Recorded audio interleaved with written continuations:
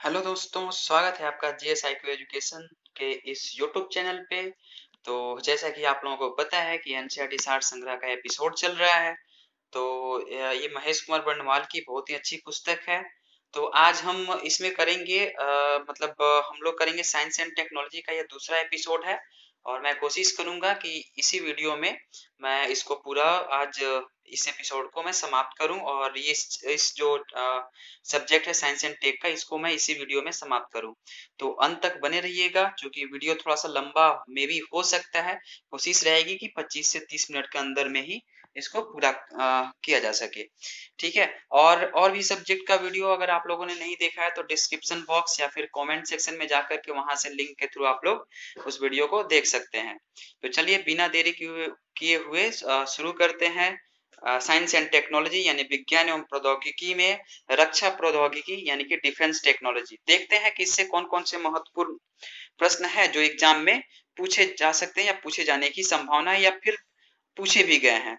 ठीक है। तो चलिए देखते हैं कि तो पहला प्रश्न ये है कि डीआरडीओ की स्थापना किस वर्ष की गई थी। तो डीआरडीओ की स्थापना जो है वो वर्ष 1958 ईस्वी में की गई थी। भाभा परमाणु अनुसंधान केंद्र यानी कि BARC बार्क कहाँ स्थित है। तो ट्राम्बे यानी कि मुंबई में स्थित है। हंसा 2 क्या है। तो नेशनल एरोस्पेस लेबोरेटरीज NAL द्वारा निर्मित एक प्रशिक्षण यान है। कम दूरी का प्रक्षेपास्त्र त्रिशूल की गति की दृष्टि से किस श्रेणी का है। तो पराध्वनिक प्रक्षेपास्त्र यानी सुपरसोनिक मिसाइल्स है।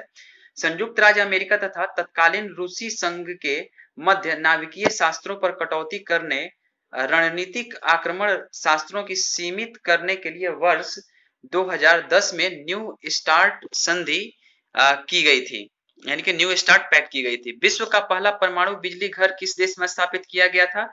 तो रूस में किया गया था। तो रूस में ओबनिर्स्क परमाणु बिजली घर 1954 ईस्वी में। ठीक है। नेक्स्ट देखते हैं कि सतह से सतह पर मार करने वाली भारतीय रक्षा मिसाइल कौन सी यानी कि सरफेस टू सरफेस मिसाइल कौन सी है। तो पृथ्वी है। TS-19S युद्धक टैंक यानी कि बैटल टैंक का भारतीय नाम क्या है। तो विस्म है। TS-90S युद्धक टैंक का भारतीय नाम क्या है। तो विस्म है। पूर्व राष्ट्रपति अब्दुल कलाम ने वर्ष 2006 में कौन सा लड़ाकू वायुयान यानी कि फाइटर एयरक्राफ्ट उड़ाया था। तो Sukhoi 30 MKI। BrahMos supersonic cruise missile का निर्माण किन दो देशों के द्वारा किया गया है। तो भारत और रूस के द्वारा किया गया है। तो ब्रह्मोस में मतलब ब्रह्मपुत्र नदी यानी कि ब्रह्मपुत्र नदी का ब्रह्म और मोस्कवा नदी का मोस, उसमें दोनों को मिला करके ब्रह्मोस उसका नाम रखा गया है। और मोस्कवा नदी कहाँ पे है। मॉस्को नदी कहाँ पे है। तो रूस में है। नेशनल डिफेंस कॉलेज कहाँ स्थित है। तो नई दिल्ली में। डीआरडीओ के द्वारा भारतीय थल एवं वायुसेना के लिए इंद्र नामक रडार विकसित किया गया है। अभी ये मैं 2020 है तो अभी जो मतलब डीआरडीओ के जो अध्यक्ष हैं क्या नाम है उनका। तो जी सतीश रेड्डी नाम है। ठीक है। और इसरो के चेयरमैन कौन है। तो के सिवन है। ठीक है। ये करंट अफेयर्स का हो गया। 2 पॉइंट आप लोग याद रख सकते हैं। स्वदेश निर्मित पहला तेल वाहक पोत जो है ऑयल फ्लीट टैंकर कौन सा है। तो INS शक्ति है। नेक्स्ट देखते हैं। तो नेक्स्ट है कि भारत की लघु दूरी का टैंक प्रतिरोधी यानी कि एंटी टैंक रेसिस्टेंस स्वदेश निर्मित प्रक्षेपास्त्र का नाम क्या है। तो नाग है। सतह से सतह पर मार करने वाली सौर्य गति की दृष्टि से किस श्रेणी की मिसाइल है। तो हाइपरसोनिक मिसाइल है। गति ध्वनि की गति से भी बहुत अधिक है। इसकी गति जो है ध्वनि की भी गति से बहुत अधिक है। तो ये हाइपरसोनिक मिसाइल है। नेक्स्ट देखते हैं कि भारत द्वारा विकसित ICBM जिसकी मारक क्षमता 2000 किलोमीटर से अधिक है क्या नाम है। तो अग्नि 2 है। अग्नि 2 उसका नाम है। अंतर महाद्वीपीय बैलिस्टिक मिसाइल मतलब ICBM का फुल फॉर्म होता है कि इंटरकॉन्टिनेंटल बैलिस्टिक मिसाइल ICBM जिसको बोला जाता है। ठीक है। भारत द्वारा फाल्कन रडार सिस्टम किस देश से खरीदा गया है। तो इजराइल से खरीदा गया है। भारतीय वायुसेना का पहला स्वदेशी एवं हल्का लड़ाकू विमान कौन सा है। तो तेजस है। नेक्स्ट देखते हैं कि कलपक्कम तमिलनाडु में इंदिरा गांधी परमाणु अनुसंधान केंद्र IGCAR वर्ष 1971 में स्थापित किया गया। भारत ने पहला परमाणु परीक्षण कब किया था। तो 18 मई 1974 में किया था। रूस द्वारा एडमिरल गोर्सकोव जिससे रूस ने बनाया है वह क्या है? तो नौसैनिक विमान वाहक जहाज है। भारतीय नौसेना में सेवारत आईएनएस शक्ति क्या है? तो तेल वाहक पोत है। नेक्स्ट देखते हैं, तो संयुक्त राज्य अमेरिका ने पहला नाभिकीय विस्फोट कहाँ किया था? तो हवाई सेंडस में 16 जुलाई 1945 में किया था। प्रक्षेपा शस्त्र यानी कि मिसाइल का विकास किसके द्वारा किया गया था? तो वाल्टर डॉर्नबर्गर तथा वर्नहर वॉन ब्राउन द्वारा। भारत डायनामिक्स लिमिटेड का मुख्यालय कहाँ स्थित है? तो हैदराबाद में स्थित है। नेत्र किस श्रेणी का जहाज है? तो मानव रहित हवाई यान। लक्ष्य नामक मानव रहित एयरक्राफ्ट किसके द्वारा निर्मित किया गया है? तो डीआरडीओ के द्वारा निर्मित किया गया है। नाग एक टैंक रोधी मिसाइल एंटी टैंक मिसाइल है जो दागो और भूल जाओ यानी कि फायर एंड फॉरगेट के सिद्धांत पे कार्य करती है। नेक्स्ट देखते हैं कि पृथ्वी क्या है? तो सतह से सतह पर मार करने वाली कम दूरी की प्रक्षेपास्त्र श्रृंखला है। डीआरडीओ द्वारा विकसित इंद्र क्या है? तो डॉपलर रडार प्रणाली है। रेवती क्या है? तो डीआरडीओ द्वारा नौसेना के लिए विकसित त्रिविमीय खोजी रडार है यानी 3D सर्विलांस रडार है। आईजीएमडीपी के अंतर्गत आने वाली मिसाइल सतह से हवा में मार करने में सक्षम पहला स्वदेशी प्रक्षेपास्त्र कौन सा है? तो त्रिशूल है। ऑपरेशन शक्ति 98 नाम किस अभियान का गुप्त नाम था? तो पोखरण में 1998 में हुए परमाणु अभियान का। स्लिनेक्स क्या है? SLINEX स्लिनेक्स क्या है? तो भारत श्रीलंका द्वारा किया गया संयुक्त नौसैनिक अभ्यास है। चंद्र कक्षीय मिशन सेलिन 1 किस देश से संबंधित है? तो जापान से संबंधित है। आईएनएस अस्त्रधारणी क्या है? तो टॉर्पीडो प्रमोशन और पुनर्प्राप्ति जलयान है। नेक्स्ट देखते हैं, किस इंजन में ईंधन के रूप में हाइड्रोजन तथा ऑक्सीकारक के रूप में वायुमंडलीय ऑक्सीजन का प्रयोग किया जाता है? तो स्क्रैमजेट इंजन में। भारत की पहली सशस्त्र परमाणु पनडुब्बी कौन सी है? तो आईएनएस अरिहंत है। फ्रेंडशिप 2016 क्या है? तो रूस और पाकिस्तान के सैनिकों द्वारा किया गया संयुक्त युद्धाभ्यास है। समुद्र शक्ति किन देशों के मध्य का नौसैनिक अभ्यास है? तो भारत और जापान। चर्चित राफेल विमान सौदा भारत के किस देश के साथ किया गया है? तो राफेल विमान सौदा जो अभी तो राफेल हमारे भारत में आ गया है, तो ये किया जो ये सौदा किया गया था वो फ्रांस से किया गया था। अस्त्र किस प्रकार का प्रक्षेपास्त्र है? तो आकाश से आकाश में मार करने वाली बैलिस्टिक मिसाइल है। T-90 भीष्म क्या है? तो तीसरी पीढ़ी का युद्धक टैंक है। रक्षा मंत्रालय द्वारा प्रति 2 वर्ष पर आयोजित की जाने वाली रक्षा प्रदर्शनी यानी कि डिफेंस एक्सपो वर्ष 2020 में कहाँ आयोजित की गई? तो लखनऊ उत्तर प्रदेश 5 से 9 फरवरी के बीच की गई। यहाँ देखते हैं कि लड़ाकू विमान है और उसके महत्वपूर्ण तथ्य, उससे संबंधित जो भी इंपॉर्टेंट फैक्ट्स है उसको देखेंगे। जैसे कि तेजस है, तो तेजस स्वदेशी निर्मित भारत का हल्का लड़ाकू विमान LCA है, लाइट कॉम्बैट इसको एयरक्राफ्ट बोला जाता है। इसका विकास हिंदुस्तान एरोनॉटिक्स लिमिटेड HAL ने किया है। यह एक बहुउद्देशीय सुपरसोनिक विमान है जो हवा से सतह, हवा से समुद्र में मार करने में सक्षम है। राफेल जो है, तो राफेल बहुउद्देशीय लड़ाकू विमान है जो हवा से सतह पर 600 किलोमीटर निशाना साध सकती है। इसकी मारक क्षमता लगभग 3700 किलोमीटर है। इसका निर्माण फ्रेंच कंपनी डसॉल्ट एविएशन ने किया है। तो कौन सी कंपनी है? तो डसॉल्ट एविएशन ने किया है। सुखोई अगर 30 की बात करें तो यह भारतीय वायुसेना में शामिल आधुनिकतम लड़ाकू विमान है जो इसे रूस से खरीदा गया है। सुखोई 30 से विभिन्न श्रेणी की 12 मिसाइलें दागी जा सकती है। इसमें 4000 किलोग्राम वजन विस्फोटक ले जाने की क्षमता है। MiG-29 क्या है? तो MiG-29 यह भारत व रूस की संयुक्त परियोजना है। भारतीय वायुसेना के पास MiG-29 के 3 स्क्वाड्रन है जिसे अपग्रेड किया जा रहा है। नेक्स्ट देखते हैं कि अवाक्स क्या है? तो अवाक्स एयरबोर्न वार्निंग एंड कंट्रोल, तो AWACS भारतीय वायुसेना का खोजी विमान है। ध्रुव क्या है? तो यह स्वदेश निर्मित एडवांस्ड लाइट हेलीकॉप्टर है। इसकी अधिकतम गति 245 किलोमीटर प्रति घंटा है। निशांत क्या है? तो यह पायलट रहित प्रशिक्षण विमान है। रिमोट से संचालित यह विमान युद्ध क्षेत्र में पर्यवेक्षण और टो लेने में सक्षम है। पिनाक क्या है? तो पिनाक जो है वो स्वदेशी तकनीक से निर्मित यह एक मल्टी बैरल रॉकेट लॉन्चर है। ठीक है, और फिर नेक्स्ट पॉइंट देखते हैं कि सारथ एक तरह का प्रक्षेपास्त्र प्लेटफॉर्म है जिसे आकाश, त्रिशूल व नाग प्रक्षेपास्त्र की तैनाती के लिए विकसित किया गया है। अब यहाँ पे नेक्स्ट देखते हैं कि भारत के प्रमुख प्रक्षेपास्त्र कौन कौन से हैं। ठीक है, मतलब प्रक्षेपा शस्त्र मतलब जिससे मतलब सैटेलाइट को प्रक्षेपित किया जाता है, तो इसको देख लेते हैं। तो और या फिर सैटेलाइट को प्रक्षेपित किया जाता है या फिर मिसाइल को जब दागा जाता है तो यही प्रक्षेपा शस्त्र उसी को बोलते हैं। ठीक है, तो देखते हैं पृथ्वी जो है वो श्रेणी जो है सतह से सतह यानी कि सरफेस टू सरफेस पर मार करने वाली कम दूरी की मिसाइल है। महत्वपूर्ण तथ्य इसमें क्या है, तो पृथ्वी फर्स्ट जो है वो मारक क्षमता 150 किलोमीटर है, थल सेना में इसको शामिल किया गया है। पृथ्वी सेकंड जो है उसकी मारक क्षमता जो 250 किलोमीटर है, वायुसेना में इसको शामिल किया गया है। पृथ्वी थर्ड जो है वो मारक क्षमता 350 किलोमीटर है, जो नौसेना में शामिल किया गया है। और पृथ्वी मिसाइल का प्रथम परीक्षण फरवरी 1998 में चांदीपुर परीक्षण केंद्र से किया गया था। नेक्स्ट देखते हैं त्रिशूल की अगर बात करें तो ये कौन सी श्रेणी का है, तो सतह से हवा सरफेस टू एयर में मार करने वाली मिसाइल है। त्रिशूल का प्रथम परीक्षण 28 दिसंबर 1996 को किया गया था। मारक क्षमता 500 मीटर से 9 किलोमीटर है। आकाश जो है तो सतह से हवा यानी सरफेस टू एयर में मार करने वाली मध्यम दूरी की बैलिस्टिक मिसाइल है। अग्नि प्रथम जो है मारक क्षमता 700 से 1250 किलोमीटर है। अग्नि द्वितीय जो है वो मारक क्षमता 2000 से 3000 किलोमीटर है। अग्नि तृतीय की बात करें तो मारक क्षमता 3000 किलोमीटर से अधिक है। अग्नि चतुर्थ की बात करें तो मारक क्षमता 3000 से 4000 किलोमीटर है। अग्नि अगर पांचवी की बात करें तो मारक क्षमता 5000 किलोमीटर से अधिक है। अग्नि सीरीज के तहत 5 मिसाइलें तैयार की गई है। यह एक बैलिस्टिक मिसाइल है जो परमाणु बम ले जाने में भी सक्षम है। नेक्स्ट देखते हैं कि नाग जो है तो नाग एक टैंक रोधी निर्देशित मिसाइल है, मारक क्षमता 4 किलोमीटर है। इसका प्रथम सफल परीक्षण नवंबर 1990 में किया गया। इसे दागो और भूल जाओ यानी कि फायर एंड फॉरगेट प्रक्षेपा शस्त्र कहा जाता है। धनुष जो है सतह से हवा में मार करने वाला मिसाइल है, मारक क्षमता 150 किलोमीटर है।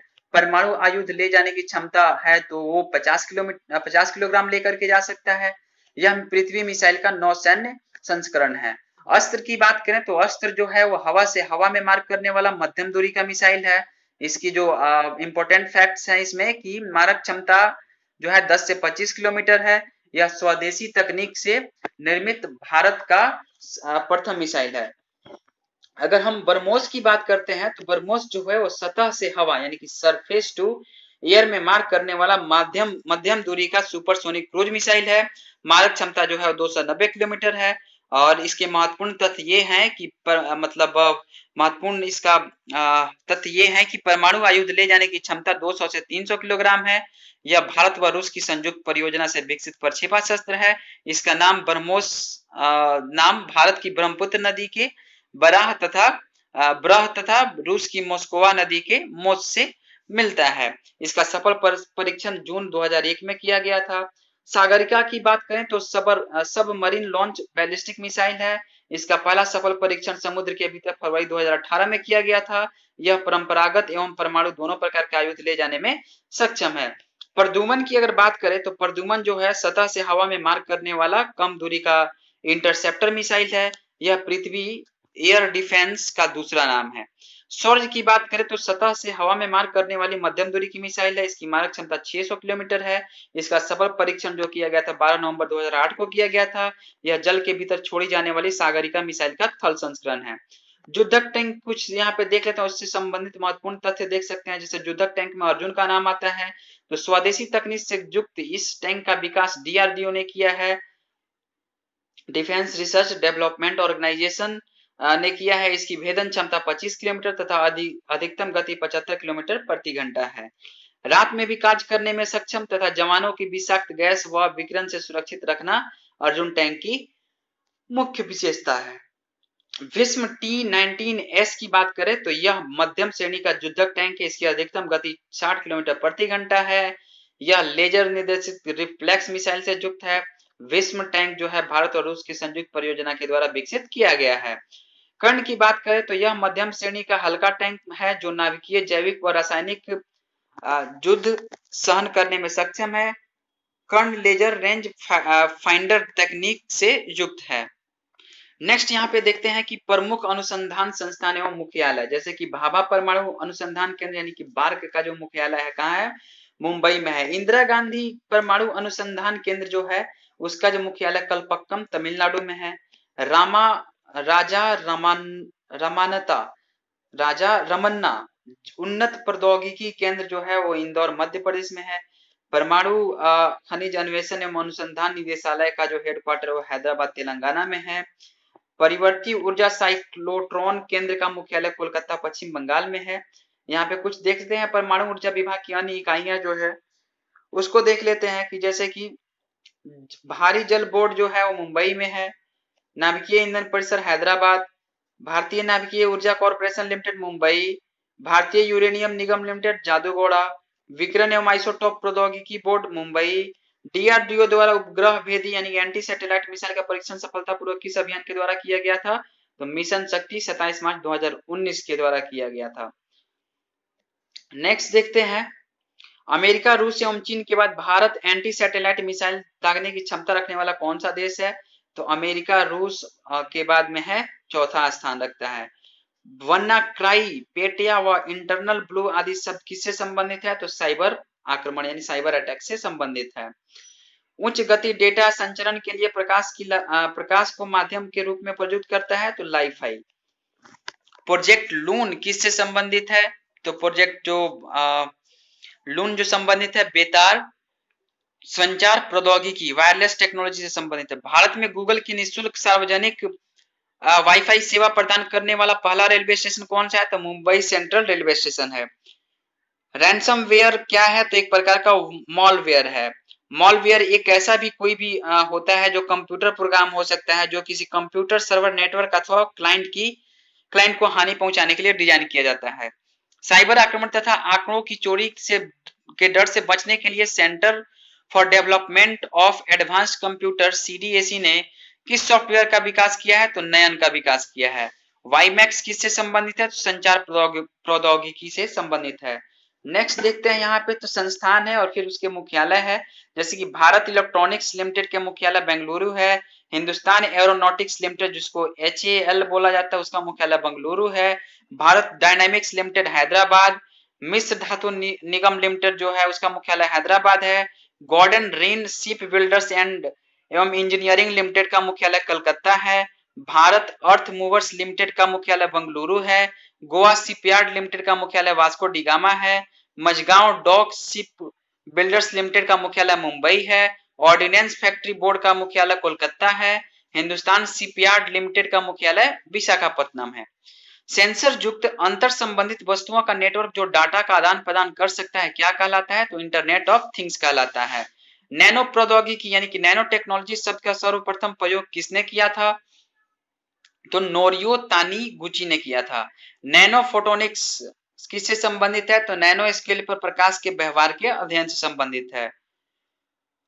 वह सामाजिक ह्यूमैनॉइड रोबोट कौन सा है जिसे हांगकांग स्थित कंपनी हैंसन रोबोटिक्स द्वारा विकसित किया गया है? ठीक है, नेक्स्ट देखते हैं। नवंबर 2017 में रोबोट सोफिया को सऊदी अरब की नागरिकता प्रदान कर दी गई है। किसी देश की नागरिकता पाने वाली पहला रोबोट है वो। बैंकिंग परिचालन को सुदृढ़ बनाने के लिए सॉफ्टवेयर रोबोटिक्स को लागू करने वाला प्रथम भारतीय बैंक कौन सा है? तो आईसीआईसीआई बैंक है। भारत के प्रथम औद्योगिक रोबोट ब्रावो का डिजाइन एवं निर्माण किस भारतीय कंपनी द्वारा किया गया? तो TAL मैन्युफैक्चरिंग सॉल्यूशन के द्वारा किया गया है। बैलिस्टिक मिसाइल श्रेणी है तो शॉर्ट और उसका अधिकतम रेंज कितना है? तो शॉर्ट रेंज बैलिस्टिक मिसाइल का जो रेंज होता है 1000 किलोमीटर से कम होता है। मीडियम रेंज बैलिस्टिक मिसाइल का जो होता है 1000 से 3000 किलोमीटर होता है। इंटरमीडिएट रेंज बैलिस्टिक मिसाइल 3000 से 5500 किलोमीटर होता है। इंटरकॉन्टिनेंटल बैलिस्टिक मिसाइल 5500 किलोमीटर से अधिक होता है। नेक्स्ट देखते हैं, कुंभकोणम यानी कि तमिलनाडु के सिटी यूनियन बैंक ने नवंबर 2016 में भारत का पहला बैंकिंग रोबोट लक्ष्मी लॉन्च किया है। अब कुछ मिसलेनियस यहाँ पे देख लेते हैं। तो कार्टोसैट 3 का प्रक्षेपण कब किया गया? तो 27 नवंबर 2019 को किया गया। कार्टोसैट 3 द्वारा कार्टोसैट 3 जो है वो इसरो द्वारा विकसित तीसरी पीढ़ी का उन्नत उपग्रह है जिसमें हाई रिजोल्यूशन इमेजिंग क्षमता है। ये दूसरों जो लिखा हुआ है ना ये मिस प्रिंटिंग है। अल्टीमा थुले सबसे दूर स्थित ब्रह्मांडीय पिंड है जहां तक कोई अंतरिक्ष यान पहुंचा है। नवंबर 2019 से मतलब नासा के द्वारा नया नाम क्या रखा गया? तो ओरोकोथ रखा गया है।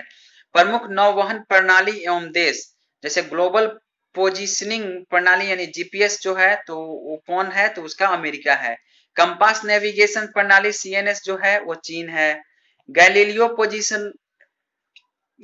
पोजिशनिंग प्रणाली यूरोपीय संघ है। ग्लोनॉस नेविगेशन प्रणाली रूस है। भारतीय अंतरिक्ष अनुसंधान संगठन के वर्तमान अध्यक्ष कौन है, यानी इसरो के अध्यक्ष कौन है, तो के सिवन है। इसरो द्वारा निर्मित सबसे बड़ा एवं सबसे वजनी संचार उपग्रह कौन सा है, तो जीसैट 11 है। नासा ने किस ग्रह के अध्ययन के लिए इनसाइट मिशन प्रक्षेपण किया था, तो मंगल ग्रह का। भारत के पहले प्रस्तावित मानव युक्त अंतरिक्ष मिशन का नाम क्या होगा, तो गगनयान नाम होगा। चंद्रयान द्वितीय का कब प्रक्षेपित किया गया था, तो 22 जुलाई 2019 को प्रक्षेपित किया गया था। चंद्रयान 2 के लैंडर को विक्रम का नाम दिया गया है, जबकि रोवर को प्रज्ञान नाम दिया गया। और उसके बाद नेक्स्ट देखते हैं, पृथ्वी और सूर्य का गुरुत्व संतुलन बिंदु यानी ग्रेविटी बैलेंस पॉइंट क्या है, तो लॉन्ग रेंज पॉइंट है। चंद्रमा पर उतरने वाला पहला मानव युक्त अंतरिक्ष मॉड्यूल का नाम क्या था, तो ईगल था। अमेरिकी अंतरिक्ष एजेंसी नासा ने सूर्य के त्रिआयामी अध्ययन के लिए कौन सा मिशन अक्टूबर 2006 में प्रारंभ किया था, तो एस्टीरियो मिशन प्रारंभ किया था। नेक्स्ट देखते हैं, इसरो द्वारा अंतरिक्ष में प्रयोग होने वाली लिथियम आयन बैटरियों के लिए किस कंपनी के साथ करार किया है, तो भारत हैवी इलेक्ट्रिकल्स लिमिटेड। भूतुल्यकारी यानी कि जियो सिंक्रोनस कक्षा में संचार उपग्रह स्थापित करने की संभावना सबसे पहले किसने व्यक्त की थी, तो आर्थर सी क्लार्क ने। क्रायोजेनिक ताप से आशय क्या, किस ताप से है, तो 150 डिग्री सेंटीग्रेड से कम ताप का। भारत के प्रमुख स्तंभ कोशिका और अनुसंधान केंद्र stem cell research centre of India, जैसे कि national centre of for biological sciences जो है एनसीबीएस है, बेंगलुरु में है। National centre for cell science जो है एनसीसीएस जो है पुणे में है। International centre for stem cells cancer and biotechnology जो है वो पुणे में है। सेंटर फॉर स्टेम सेल यानी साइंसेज जो है सीएस है हैदराबाद में है। स्कूल ऑफ रिजनरेटिव मेडिसिन जो है वो कर्नाटक में है। एलवी प्रसाद आई इंस्टीट्यूट जो है वो हैदराबाद में है। किस वायरलेस तकनीक के अंतर्गत दो उपकरणों को एक छोटी रेंज में लाकर मतलब कि 4 सेंटीमीटर रेडियो संचार स्थापित किया जाता है, तो निकट क्षेत्र संचार एनएफसी के द्वारा। किस एप्लीकेशन के माध्यम से भौतिक जगत की वस्तुओं को कंप्यूटर जनित 3D मॉडल को एनिमेशन वीडियो के द्वारा संवर्धित किया जाता है, तो सकार ऐप को। भू-स्थैतिक कक्षा यानी कि जियो स्टेशनरी ऑर्बिट पृथ्वी से लगभग कितनी ऊंचाई पर स्थित है, तो 36,000 किलोमीटर पर ऊंचाई पर स्थित है। कौन सा भारतीय उपग्रह एक ही समय में अल्ट्रावायलेट ऑप्टिकल जो low and high energy x ray wave band पर ब्रह्मांड की निगरानी करने में सक्षम है, तो एस्ट्रोसैट। नेक्स्ट देखते हैं कि गोल्डीलॉक्स जोन में स्थित ऐसे ग्रह जो आकार प्रकार की दृष्टि से पृथ्वी के समान होते हैं सुपर अर्थ कहलाते हैं। तो इसी के साथ हमारा साइंस एंड टेक्नोलॉजी का ये सब्जेक्ट जो है और इसका एपिसोड ये समाप्त हुआ। तो कैसा लगा आप लोगों को ये एपिसोड, आप लोग कमेंट सेक्शन में बताइएगा। और भी सब्जेक्ट का वीडियो आप लोग देखना चाहते हैं तो नीचे लिंक है या फिर मेरे प्लेलिस्ट इस चैनल के प्लेलिस्ट में जाइए, वहां पे आप लोगों को और भी सब्जेक्ट का पूरा प्लेलिस्ट पूरा आपको मिल जाएगा और वहां से आप लोग देखिए। चैनल को आप लोग बहुत सारा प्यार दे रहे हैं, इसके लिए आप लोगों को बहुत बहुत धन्यवाद। और ऐसे ही आप लोग अपना इस चैनल को प्यार देते रहिए और ताकि मैं आप लोगों के लिए और भी अच्छे मटेरियल को मैं आप लोगों के लिए अवेलेबल करवा सकूं। ठीक है, तो चलिए बहुत बहुत धन्यवाद आप लोगों का जीएस IQ एजुकेशन के साथ जुड़ने के लिए।